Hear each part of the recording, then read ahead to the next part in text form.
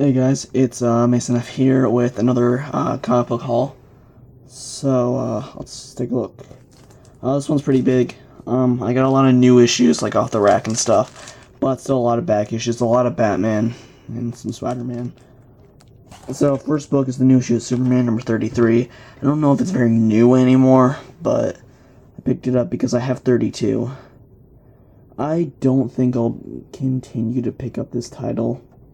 I mean, it's fine and everything. The artwork from John Romita Jr. isn't really amazing.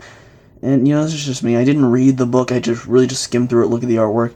But I did not see Batman at all. He's on the cover, obviously. But I didn't see Batman at all. Maybe just because I didn't read it, but, from my knowing, he's not in this comic. But that'll probably change when I read it. Alright, next book I picked up, I'm very happy to pick up for cover price, Batman Eternal number 1. This book is, I am currently picking up Batman Eternal. I started issue 16, I'm gonna try and collect the entire run. And number 1 was the only one I was afraid, like, I was gonna have to pay more than cover price for, because both Vantage Stock and my comic books shop have all the issues for cover price except for number 1. But I went to my comic book shop on Wednesday and they had this for cover price and I was very happy. I didn't want to pay like $5, like $5.50 on eBay for it, but I thought I was going to have to. But I'm very happy I found this for cover price. So yeah, I actually didn't pick up issue 20. I didn't see it there. Plus, I only had enough for this and then the Superman one. If I had known I wasn't gonna like the Superman one, I would have probably like gone to Vintage Stock or something and got issue 20 Batman Eternal, but I'll get that a little later. I also picked up issue 18, awesome Killer Croc cover. This is a great comic book, great story and everything. If you're not reading Batman Eternal and you like Batman, you gotta be reading this title. Even if you're like a back issue collector, I promise you will not be disappointed. I also picked up issue 19.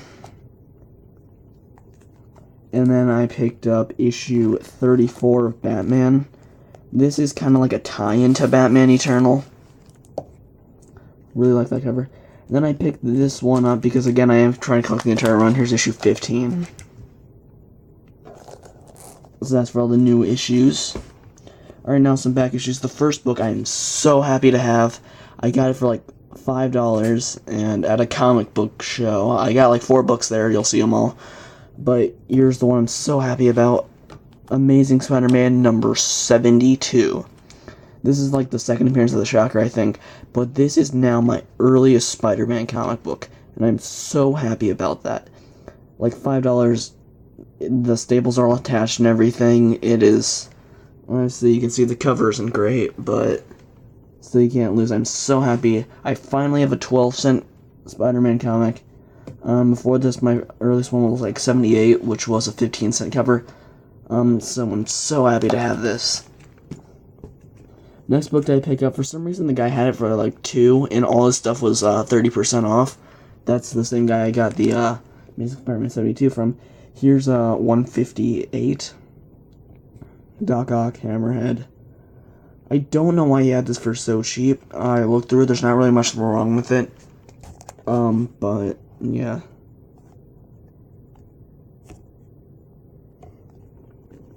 Then I also picked up, I'm so happy to have gotten these next few comics for 50 cents.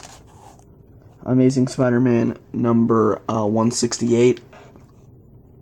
Will of the Wisp, I think it's his second appearance. I have his first in 167. Number 218. And these are all pretty high grade too. This one I got for $1. Number 257.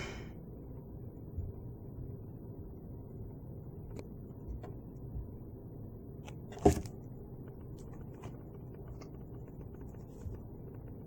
one I got for 50 cents. Number 258. Sorry I was being so quiet. But yeah, 258. This is actually the issue where he finds out the black suit is alive. And so I'm very happy to get this really high grade, 50 cents. And then $1 for this next book. $2.90, this is the issue where he proposes to Mary Jane. And then finally 50 cents, number 377. Then this book I got an amazing deal on. It's issue number 27 of the Spectacular Spider-Man. This is the first ever Frank Miller artwork on Daredevil. I know Frank Miller had a great run on Daredevil. You know, I probably shouldn't say this, but Daredevil was one of the few comics that he did have a good run on. Sorry. After Sin City, his stuff isn't really that good. But before Sin City, he was a really good artist and, he was a really good writer. But yeah. I actually have 2 copies of this. This one's pretty low grade. I got for like 50 cents at a show. Then $2 for this very high grade, like very fine. Very fine minus probably. Here's Batman issue 21 out of the New 52. This is the first 0-year issue. I'm thinking about getting all the 0 years. They have all of them for cover price, so. Then I also got issue 22. And then I got Batman issue number 1. No, it's actually a reprint from the DC Comics Essential Batman. This is volume 1 of the Court of Owls. I'm thinking of getting the trade paperback. I probably am. I just need to wait till I get the money. But yeah. Yeah, DC Comics Essentials reprints. And then also, I got this. These were both $1. Frank Miller's Return of the Dark Knight. It's an excerpt, but hey, $1 you can't lose. DC Comics Essentials. Here's another book I picked up at the show. King Size Thor number 4. It says The Living Planet. I don't know if it's for his first appearance or not. I don't think it is.